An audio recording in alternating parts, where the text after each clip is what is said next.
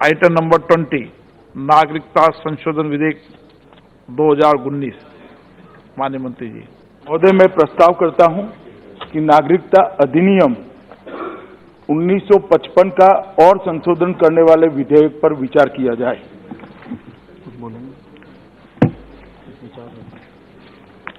महोदय, आज इस महान सदन के सामने मैं एक ऐतिहासिक विधेयक लेकर उपस्थित हुआ हूं।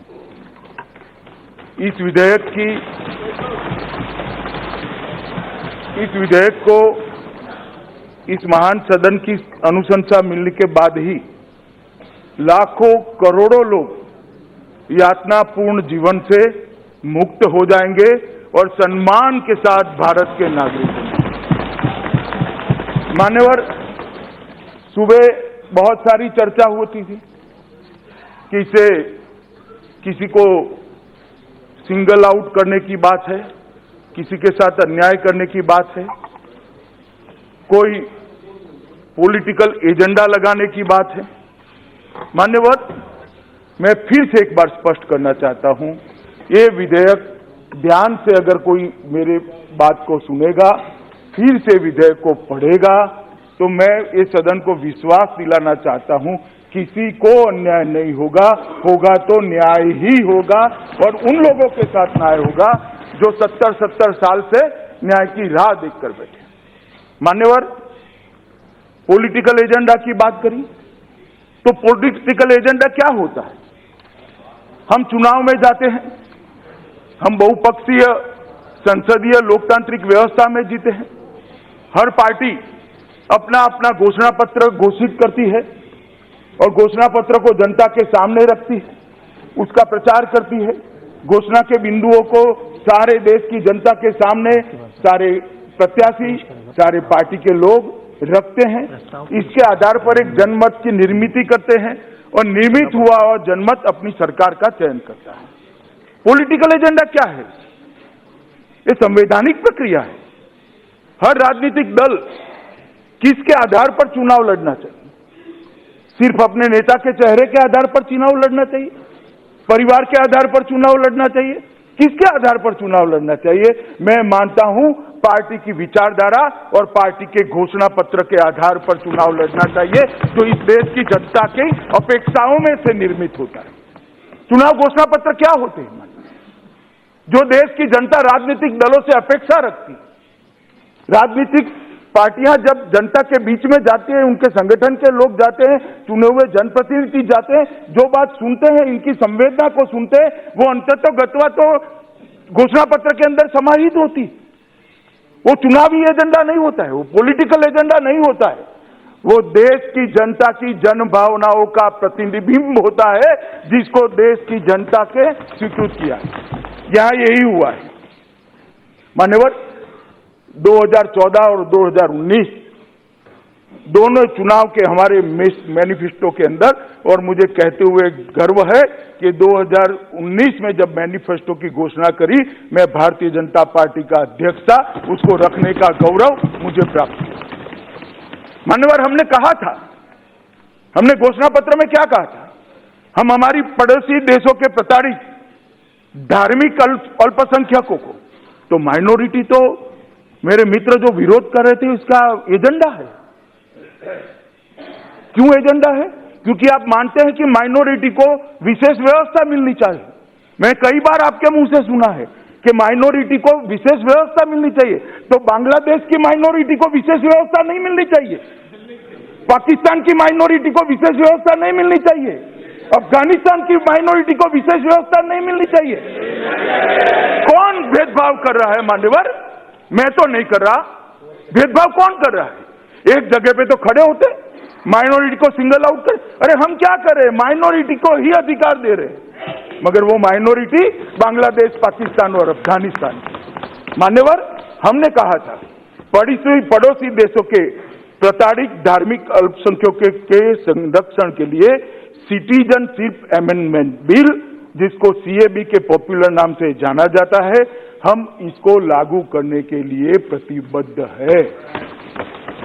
और हम साथ में भी कहा था कि हम पूर्वोत्तर राज्यों के उन वर्गों के लिए मुद्दों को स्पष्ट करने के लिए भी प्रयास करेंगे जिन्होंने कानून के बारे में आशंका व्यक्त की है, और पूर्वोत्तर के लोगों की भाषाई, सांस्कृतिक और सामाजिक पहचान की रक्षा के लिए भी हमारी प्रतिबद्धता है। मान्यवर, आज जो मैं बिल लेकर आया हूं, वो बिल हमारी वो घोषणा पत्र के अनुरूप है जिसको इस देश की 130 करोड़ की जनता ने मोदी जी के मैंडेट के साथ अप्रूव किया, और सालों की मांग है। इसमें पार्टी की आइडियोलॉजी से ऊपर उठकर सोचना चाहिए। इस सदन में लाखों करोड़ों लोग वहां से धकेल दिए गए। कोई आदमी अपना देश वैसे ही नहीं छोड़ता है। देश छोड़िए जनाब, गांव नहीं छोड़ता है। कितने प्रताड़ित हुए होंगे, कितने दुखी हुए होंगे, कितने अपमानित हुए होंगे, तब जाकर वो देश छोड़कर यहां शरण में आए। और इतने सालों से उनको ना मताधिकार है, ना उनको शादी का अधिकार है, ना उनको सरकारी नौकरी का अधिकार है, ना घर खरीदने का अधिकार है, ना शिक्षा का अधिकार है, ना स्वास्थ्य का अधिकार है। मान्यवर, लाखों करोड़ों लोग नर्क की यातना के अंदर जी रहे हैं। आज नरेंद्र मोदी के नेतृत्व में ये बिल आने के बाद उनको सम्मान मिलेगा, उनको अधिकार मिलेगा, और इसमें किसी का कोई अधिकार हम नहीं छीन रहे। मैं बाद में इस विषय पर आऊंगा, आप सबकी बात सुनने के बाद जब मैं जवाब दूंगा तब एक एक चीज का जवाब दूंगा। मगर मेरा सभी पक्ष और विपक्ष से, सभी सांसद महोदयों से एक आग्रह भरा विनंती है कि चर्चा को शांति से सुने और चर्चा में शांति से हिस्सा लें। जब कोई खड़ा होता है, अपने विचार के अनुकूल नहीं बोलता है, तो टोका टोकी करना, बिठा देना, मैं नहीं मानता ये महान सदन की गरिमा के अनुरूप है। सुबह मैंने शांति से आप सबको सुना। जब मैं बोलने के लिए खड़ा हुआ, बीच बीच में खड़े हो जाते थे। भैया मुझे भी तो सुनो, मैं भी तो सांसद हूं। 18 लाख लोगों ने मुझे भी चुनकर भेजा है। ऐसा कैसे चलेगा कि आप मुझे नहीं सुनोगे? तो मेरा सबसे निवेदन है कि हम चर्चा के अंदर जो हिस्सा ले वो सदन की गरिमा के आधार पर ले। मान्यवर, हमने ये बात सही है कि विविधता में एकता ही हमारा सबसे ज्यादा बड़ा स्ट्रांग देश को एक रखने का मंत्र है। सहिष्णुता हमारा गुण है। मान्यवर, कभी भी इस देश ने सीमाओं को लांघकर कभी किसी पर आक्रमण नहीं किया। 10,000 साल का इतिहास है मान्यवर, यहां से सेना कभी हमारी सेना इसके बाहर नहीं गई। सहिष्णुता हमारा गुण है। बदलाव को हमने खुलेपन से स्वीकार किया है मान्यवर। ये इसी कारण ये देश इतनी सदियों से चला है। बदलाव को हम स्वीकार करते हैं, बदलाव को समाहित करते हैं अपनी संस्कृति के अंदर, और संस्कृति की यात्रा को और आगे ले जाते हैं मान्यवर। सामूहिक चित्त और मानस हमारी संस्कृति का अविभाज्य हिस्सा है मान्यवर, और ये बिल उसी को परिव्याख्यायित करने वाला बिल है मान्यवर। मित्रों, मान्यवर, मैं फिर से एक बार कहता हूं कि 15 अगस्त 1947 को आजादी को बाद हमारी संविधान सभा ने पंथ निरपेक्ष राज्य की जो स्वीकार किया, इसका भारतीय जनता पार्टी और हम सब साथी दल हृदय से सम्मान भी करते हैं, इसको स्वीकार भी करते हैं, और उसको आगे ले जाने के लिए हम लालायित भी हैं। हम सब पंथ निरपेक्षता को स्वीकार करते हैं। किसी धर्म के आधार पर, पंथ के आधार पर किसी के साथ किसी भी प्रकार की इसके साथ दुर्व्यवहार नहीं होना चाहिए, इसके अधिकारों का हनन नहीं होना चाहिए। संविधान की ये स्पिरिट को मान्यवर हम स्वीकार कर रहे हैं। और मान्यवर, मगर किसी भी सरकार का ये तो कर्तव्य है कि देश की सीमाओं की सुरक्षा करे, देश के अंदर आते हुए घुसपैठियों को रोके, शरणार्थियों और घुसपैठियों की अलग अलग पहचान करे। ये भी तो राज्य का कर्तव्य है, वरना क्या ये देश सबके लिए खुला छोड़ देंगे? जो बात करते हैं, मैं उनको पूछना चाहता हूं मान्यवर, कौन सा देश ऐसा है जिसने नागरिकों को नागरिकत्व, बाहर के लोगों को नागरिकता का अधिकार देने के लिए कानून नहीं बनाया है? दुनिया में कोई ऐसा देश भला हो सकता है क्या? कोई नहीं हो सकता मान्यवर। लिबरल से लिबरल देश अपना कानून बनाया, हमने भी बनाया है मान्यवर, और हमने इसीलिए संविधान में एकल नागरिकता का प्रावधान किया है। और एकल नागरिकता के प्रावधान को अनुच्छेद 5(11) में इसका प्रावधान किया है। मान्यवर, आज जो मैं बिल लेकर आया हूं, सुबह इसको सदन में रखने के पहले ढेर सारे सदस्यों ने इसका विरोध किया कि हम ऐसा नहीं कर सकते। आर्टिकल 14 का वायोलेशन होता है। मान्यवर, इस देश में बहुत बार ऐसा हुआ है, मैं बताना चाहता हूं, और जो लोग आज विरोध कर रहे हैं उनके शासन के समय में ही हुआ है, उन्होंने ही किया है। शायद अपनी सरकारों के कामों को ढंग से पढ़ लेते तो शायद न बोलते। मैं आपको बताता हूं, सन 47 में जितने भी शरणार्थी आए सबको भारत के संविधान ने स्वीकार कर लिया, स्वीकार करा है हमने। हर जगह पे रहते, शायद ही हिंदुस्तान का कोई गांव ऐसा होगा जहां पूर्व और पश्चिम पाकिस्तान से आए हुए शरणार्थी न रहते हो। कई लोग इस देश में बड़े बड़े पद पर बैठे, मनमोहन सिंह जी भी उसी कैटेगरी में आते हैं, श्री लालकृष्ण आडवाणी भी उसी कैटेगरी में आते हैं।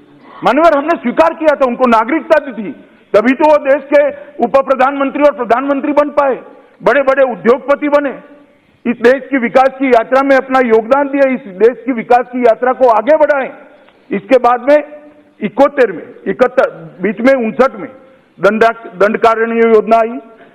या महाताल साहब बैठे हैं जो अभ्यास करते हैं, उनको मालूम होगा क्या थी दंडकारण्य योजना। ये भी शरणार्थियों को नागरिकता देने का था। 71 की लड़ाई के बाद जब इंदिरा जी ने बहुत राइटली इंटरवीन कर बांग्लादेश की रचना करी, रचना करने में भारत की सेना ने सहायता की, क्योंकि वहां बहुत प्रताड़ना हो रही।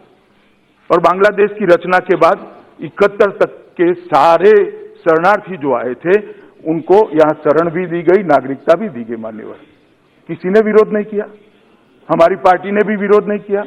इस देश की करोड़ों की जनता ने 5 पैसे का बांग्लादेश का एक अलग टिकट सालों तक लगाया है मान्यवर, उनके निर्वहन के लिए। इसके बजट का जो उसका बोझ आता था उसके निर्वहन के लिए 5 पैसे का एक अलग टिकट हम पोस्ट पर लगाते थे, आप सभी को याद होगा। उसके बाद युगांडा में ईदी अमीन का शासन आया, भारतीयों को निकाल दे गए, फिर से सामूहिकता से नागरिकता दी गई। लंका क्राइसिस में भी काफी सारे भारतीय जो वहां गए थे उनको नागरिकता दे दी गई। 1985 में आसाम एकॉर्ड हुआ, राजीव गांधी और आसाम के छात्र नेताओं के बीच में हुआ, उसमें फिर से 71 तक आसाम में जितने भी लोग थे सबको नागरिकता दे दी गई। और उस वक्त किसी ने विरोध नहीं किया, हमने भी नहीं किया था, क्योंकि हम समझते थे कि समय की जरूरियत है और हमारे देश के जो लोग हैं वो कहां जाएंगे। हमने विरोध नहीं किया। और आज जब हम बिल लेकर आए हैं तो कृपया इसको राजनीतिक पार्टी के आधार पर मत देखिए। जो करोड़ों नागरिक आ गए हैं, यहाँ पर करोड़ों हैं जो नर्क की यातना में जी रहे हैं। मैं बंगाल के सभी सांसदों को तो विशेष रूप से कहना चाहता हूं, वो भी इस डिबेट को देखते हैं, उनको भी आशा है आपसे कि आप उनकी नागरिकता का समर्थन करोगे। वो लोग भी चाहते हैं कि आप उनको अधिकार जो मिल रहा है उसमें रोड़ा न डालो। और मैं कांग्रेस के मित्रों को भी कहता हूं कि आप चर्चा के अंदर ये साबित कर दीजिए कि बिल किसी के साथ भेदभाव करता है, तो मैं यहां से बिल लेकर वापस चला जाऊंगा। मगर ये बिल किसी के साथ भेदभाव नहीं करता, किसी को अधिकार देने का बिल है, किसी का अधिकार छीनने का बिल है। किसी का अधिकार नहीं छीना जाता। और ये बिल के अंदर हमने जो व्यवस्था की है, ये व्यवस्था में थोड़ा फिर से एक बार बताना चाहता हूं। ये विधेयक हमारे 3 पड़ोसी देश जिनसे हमारी जमीनी सीमा छूती है, पाकिस्तान, बांग्लादेश और अफगानिस्तान से आए हुए हिंदू, सिख, जैन, पारसी, बौद्ध और ईसाई समुदाय के ऐसे प्रवासियों के लिए भारतीय नागरिकता का रास्ता खोलता है जो धर्म के आधार पर अपने देश में प्रताड़ित हुए हैं। वो धर्म के आधार पर मान्यवर प्रताड़ित हुए, उनके पास भाग कर आए हैं, या तो यात्रा का दस्तावेज ही नहीं है, या तो दस्तावेज है तो वो दस्तावेज अपनी समय सीमा को लांघ गया है, या तो दस्तावेज है नहीं, या तो अधूरा है, या तो समय सीमा को लांघ गई। ये सभी प्रताड़ित धार्मिक अल्पसंख्यकों को नागरिकता देने के लिए ये बिल के अंदर प्रावधान है। अब मैं प्रावधान को जरा डिटेल में बताता हूं। मान्यवर, नागरिकता अधिनियम 1955 की धारा 2(1)(b) में अभी प्रावधान है कि कोई भी विदेशी नागरिक बिना पासपोर्ट और वीजा के और ट्रैवल दस्तावेजों के भारत में प्रवेश करता है तो उसको अवैध माना जाता है।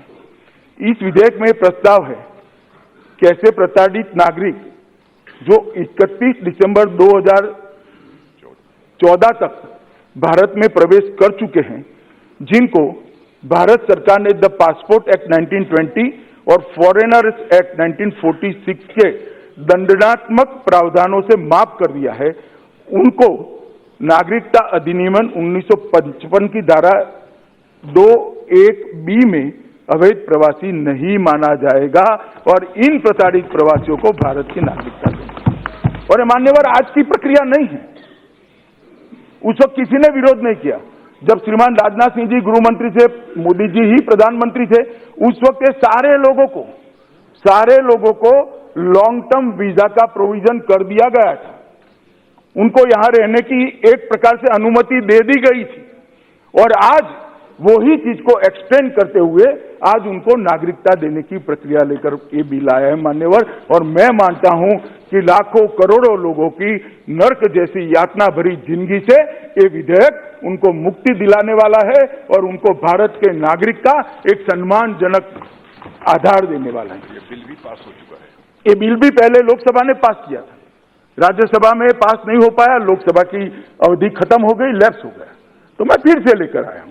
मान्यवर, इसमें 6 बिल लाने का भी प्रस्ताव है, जिसमें भारत सरकार यह प्रावधान करेगी कि धार्मिक उत्पीड़न के शिकार उपरोक्त प्रवासी निर्धारित की गई शर्तों, प्रतिबंधों व तौर तरीकों को अपनाकर रजिस्ट्रेशन या न्यूट्रलाइजेशन के माध्यम से भारत की नागरिकता, नेचुरलाइजेशन बोला मैं, तो नेचुरलाइजेशन,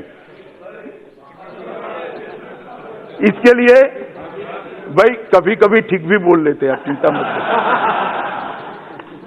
इस विधेयक में नागरिकता अधिनियम की धारा 18(2)(EEI में सरकार के इस बारे में नियम बनाने की शक्तियां दी है। मान्यवर, ये जो धार्मिक प्रताड़ना के आधार पर ये 3 देशों के जो अल्पसंख्यक यहाँ आए हैं, जो माइनॉरिटी यहाँ, मैं माइनॉरिटी शब्द इसलिए बार बार बोलता हूं कि आपको मालूम पड़े माइनॉरिटी की ही चिंता है। माइनॉरिटी जो वहां से यहाँ आई है मान्यवर, जिसमें हिंदू, बौद्ध, सिख, जैन, पारसी है, क्रिश्चियन भी है, उनको एक अर्जी लगाने से नागरिकता मिलेगी और इसके रूल्स भारत सरकार बाद में बनाएगी। यह प्रावधान किया जा रहा है कि ऐसे प्रवासी अगर नागरिकता अधिनियम 1955 की धारा के 3 शेड्यूल की शर्तें पूरी करने के उपरांत नागरिकता प्राप्त कर लेते हैं तो उनको भारत में उनके प्रवेश से ही नागरिकता दी जाएगी। मान्यवर, उनकी एक बहुत बड़ी दिक्कत है कि आज वो बेचारे अप्लाई करते हैं तो ये स्पष्ट हो जाएगा कि ये भारत के नागरिक नहीं है। बीच में किसी ने छोटा सा घर ले लिया है, किसी ने स्कूटी ले ली, किसी ने साइकिल ले ली, किसी को छोटी बहुत नौकरी भी मिल गई है, कुछ मिलता नहीं है मगर किसी को मिल गया तो उसको डर है कि मेरा ये छीन जाएगा। तो ये बिल उनको प्रोटेक्ट कर रहा है और मैं मानता हूं कि सदन के सभी सदस्यों को, विशेष कर बंगाल के लोगों ने, बंगाल के अंदर जो शरणार्थी है, नॉर्थ ईस्ट के अंदर शरणार्थी है, उसको ये बात अच्छे से पहुंचानी चाहिए कि आप जिस तारीख से भारत में आए हो उस तारीख से आपको नागरिकता दी जाती है, बीच में किसी की भी जरूरत नहीं, कोई रेशन कार्ड निकालने की जरूरत नहीं, खामखा लाइनें मत लगाइए। कोई आपको डरा देता है, डरिए मत। मैं कहता हूं देश के गृह मंत्री के नाते आपके पास रेशन कार्ड है या नहीं है, हम नागरिकता देंगे। मान्यवर, अगर ऐसे अल्पसंख्यक, एक दूसरी दुविधा है कि मैं आज एप्लीकेशन करता हूं तो अब तक तो अवैध रूप से मैं रहा तो मुझ पर केस हो जाएगा, ये भी भय है। ये भय खड़ा भी किया जा रहा है। प्रचार करती है कुछ पार्टियां कि एप्लीकेशन मत डालो वरना जेल में जाओगे। अरे भैया, क्यों जेल में भेजना है, बेचारे वैसे ही परेशान हैं। तो मान्यवर, हम प्रोविजन लेके आए हैं कि ऐसे अल्पसंख्यक प्रवासी के खिलाफ अवैध प्रवासी या नागरिकता के बारे में कोई भी कार्यवाही चल रही है या चल सकती है तो वो भारत के नागरिकता मिलने के साथ ही खत्म हो जाएगी, किसी भी प्रकार का और वो ऐसी कार्यवाही चल भी रही है तो कार्यवाही के साथ भी एप्लीकेशन करने के लिए पात्र होगा। मगर किसी पे केस चल रहा है तो भी आप एप्लीकेशन कर सकते हो। मान्यवर, इसमें यह भी प्रोविजन किया है कि भारत सरकार का जो सक्षम अधिकारी होगा, इस कारण से नागरिकता के आवेदन को खारिज नहीं कर पाएगा, उसके खिलाफ अवैध प्रवास या नागरिकता के विषय में कोई कार्यवाही चल रही है, ये प्रोविजन भी हमने करा है।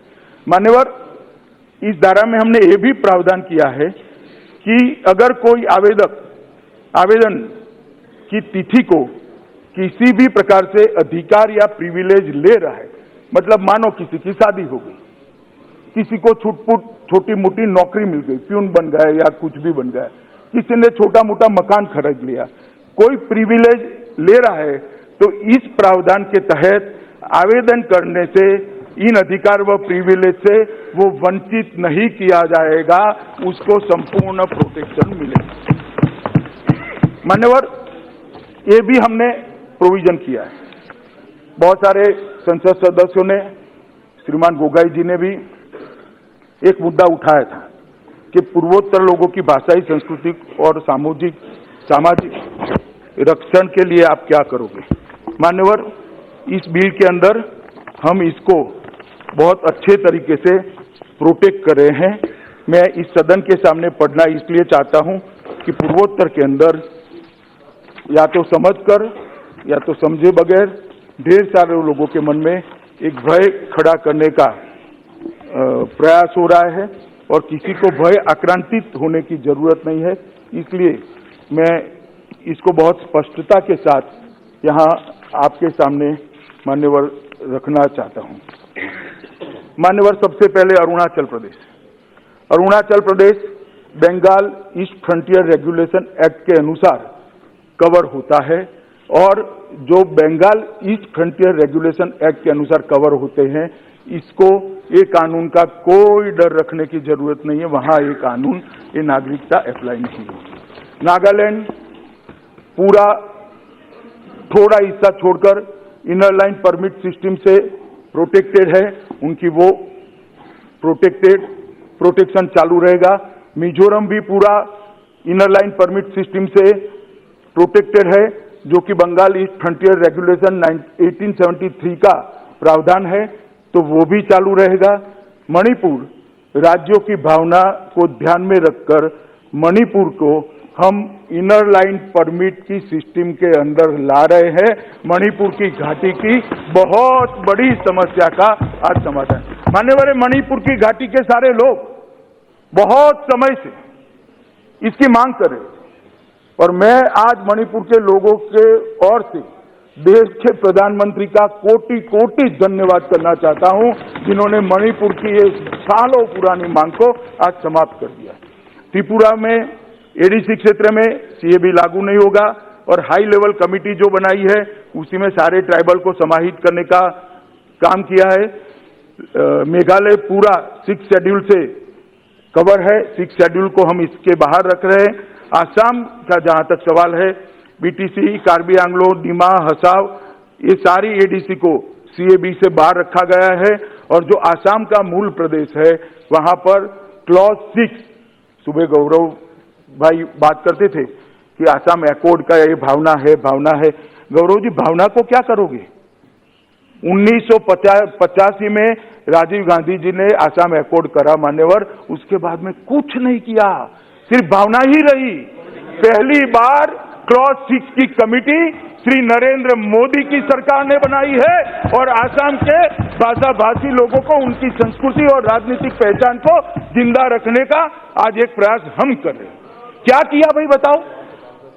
मैं असम की जनता को भी पूछना चाहता हूं इस सदन के माध्यम से कि जिन्होंने असम एकॉर्ड किया, इतने साल तक क्या किया? असम एकॉर्ड की कौन सी चीज को आप इंप्लीमेंट किया? एनआरसी किया? ना जी। क्लॉज 6 किया? ना जी। क्या किया? तो 71 तक के सारे लोगों को लाकर बसा दिया। तो असम का क्या हुआ भाई? कुछ नहीं हुआ। 15-15 साल तक कांग्रेस का शासन वहां रहा, कोई नहीं बोला। अब जब हम लेकर आ रहे हैं, हम इस समस्या का समाधान कर रहे हैं, तब जाकर इसका विरोध किया जा रहा है। मान्यवर, मैं मानता हूं कि आसाम की 6 समुदाय, मोरन, मटक, टाई, अहोम, कोच, रजवंशी, सुतिया और टी ट्राइब, इसको भी अनुसूचित जाति के सदस्यता समाहित करने के लिए श्रीमान राजनाथ जी थे तब से प्रयास हुआ है और इसमें भी हम आगे बढ़ रहे हैं। बोडो समुदाय के सांस्कृतिक विकास के लिए भी बोडो म्यूजियम, सांस्कृतिक अध्ययन केंद्र, कुकजार आकाशवाणी व दूरदर्शन का आधुनिकीकरण, सुपरफास्ट और नई एक्सप्रेस का नामकरण भी ये भारतीय जनता पार्टी की नरेंद्र मोदी सरकार ने ही किया है। आसाम के इश्यू को भी हम इस प्रकार से मान्यवर एड्रेस कर रहे हैं। इसलिए आज इस सदन के माध्यम से मैं समग्र नॉर्थ ईस्ट की जनता को कहना चाहता हूं कि पूरे नॉर्थ ईस्ट के सभी राज्यों के चिंताओं का निराकरण इस बिल के अंदर समाहित है। कोई उकसावे में मत आना, कोई आंदोलन मत करना, बहुत हो चुका। अब ये देश शांति के साथ आगे बढ़ना चाहता है मान्यवर। और ऐसा नहीं है कि मैंने किसी से चर्चा नहीं की। विगत 1 मास के अंदर 140 से ज्यादा संस्थाएं मान्यवर, 140 से ज्यादा अलग अलग एनजीओ, राजनीतिक दल, जिसमें कांग्रेस की पार्टी के सभी राज्यों के नेता भी थे और सभी राज्यों के मुख्यमंत्रियों के साथ मैंने लगभग 119 घंटे चर्चा की है मान्यवर, 119 घंटे। और उन्होंने जो सुझाया वो सारे सुझाव इसके अंदर में समाहित करने के लिए आया हूं। मेरे पास ढेर सारा लिस्ट है मगर पूरा लिस्ट में नहीं पढ़ूंगा। अगर वो उठाएंगे मुद्दा तो मैं जरूर पढ़ लूंगा, परंतु सभी लोगों के साथ मैं ये कर आया हूं मान्यवर। इसके साथ हम एक और इसमें रियायत भी दे रहे हैं कि अभी न्यूनतम रेसिडेंसी पीरियड 1+11 12 है। अब हम 2014 का कट ऑफ डेट रख रहे हैं, 31 दिसंबर 2014 का। तो उन लोगों को 11 साल होगा, 14 और 11 मतलब 25 में। तो हम इसको कम कर 1+5 कर रहे हैं। तो 14 से 6 2020 में सब एप्लीकेशन भी कर जाएंगे और जल्दी से नागरिक बनकर भारत की मतदाता सूची में भी आ जाएंगे। तो उसके अंदर भी हम उनको बहुत बड़ी रियायत दे रहे हैं मान्यवर। और मैं मानता हूं कि ये जो रास्ता श्री नरेंद्र मोदी जी ने प्रशस्त किया है, वो रास्ते को के माध्यम से देश के लाखों करोड़ों आज जो देश में रहने वाले 3 देशों के धार्मिक प्रताड़ना के कारण यहाँ आए हुए हैं, माइनॉरिटी है, लघुमती है, वो लघुमतियों को मतलब हिंदू, सिख, बौद्ध, जैन, ईसाई और श्रुति बहन कह रही है पारसी, हाजी बहन पारसी भी है, पारसी समेत सभी माइनॉरिटी को यहाँ पर नागरिकता देने का रास्ता प्रशस्त हो रहा है। आज अभी भी फिर भी बिल को पुनर्स्थापित करते वक्त बहुत सारे सदस्यों ने बिल की इस सदन की कॉम्पिटेंसी पर सवाल उठाया था, वैधता के बारे में कि हम इस बिल संवैधानिक रूप से ये सदन ले सकता है या नहीं ले सकता है। अभी भी किसी के मन में संशय है, प्लीज आपके वक्तव्य के अंदर जरूर सदन के पटल पर रखेगा। मैं एक शब्द चुराए बगैर, एक सांसद को चुराए बगैर हर एक का बहुत डिटेल में जवाब दूंगा, मुझे कोई आपत्ति नहीं है। मेरा दायित्व है कि विपक्ष के भी सारे सांसदों के सवाल का जवाब देना और इसको जस्टिफाई करना। तो मान्यवर, इतनी भूमिका के साथ मैं इस बिल को सदन के सामने विचार करने के लिए प्रस्तुत करता हूं और आप सभी लोग रचनात्मक दृष्टि से इसको ले, इतनी विनंती कर मेरी बात को समाप्त करता हूं।